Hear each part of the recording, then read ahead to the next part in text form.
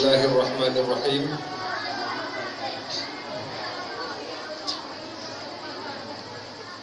Saudara-saudara dan tungku-tungku Bang Bandung, atas nama pimpinan Dayah Darul Kamaliyah Kumala Kabupaten Pidi, pada malam hari ini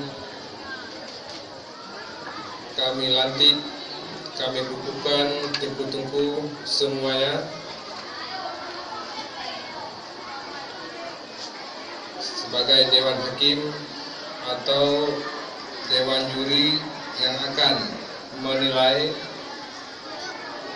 terhadap setiap peserta musabaqah tilawatil Quran, syarahil Quran, cerdas cermat, dan kegiatan-kegiatan yang lain yang diperlombakan, yaitu Tunku Razali sebagai ketua, Tunku Yusuf sebagai sekretaris, Tunku Abdullah sebagai anggota, Tunku Asnawi sebagai anggota, Tunku Salman Al-Farisi sebagai anggota, Tunku Asraf sebagai anggota.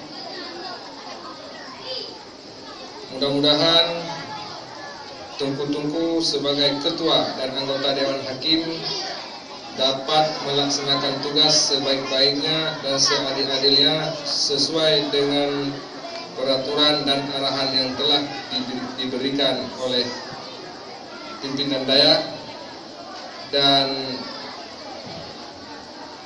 apa yang akan dilihat terhadap apa yang akan dilakukan oleh peserta.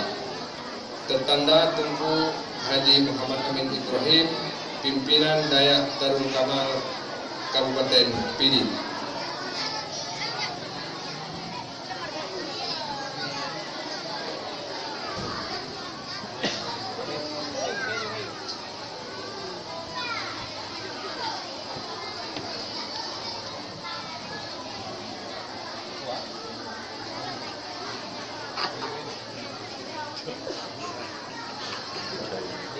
Kenapa?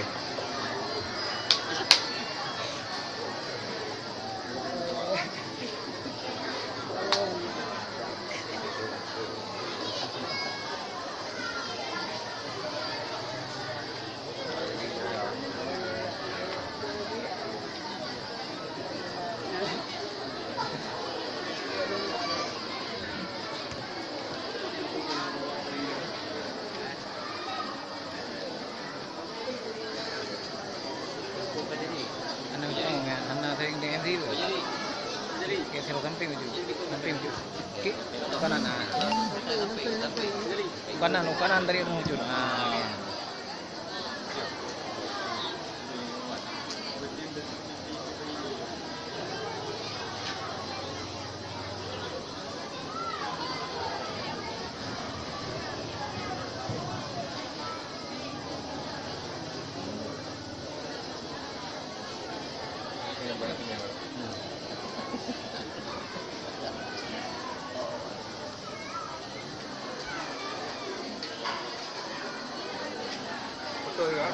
Tuh. Okey, gerak apa ya? Timang.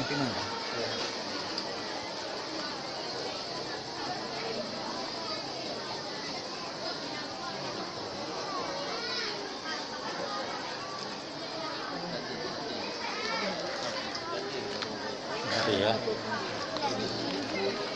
Hawanya. Dia, ni mana foto tadi? Mana foto?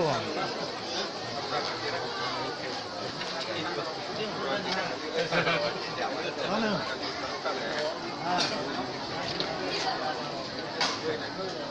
Pendek. Ini dah.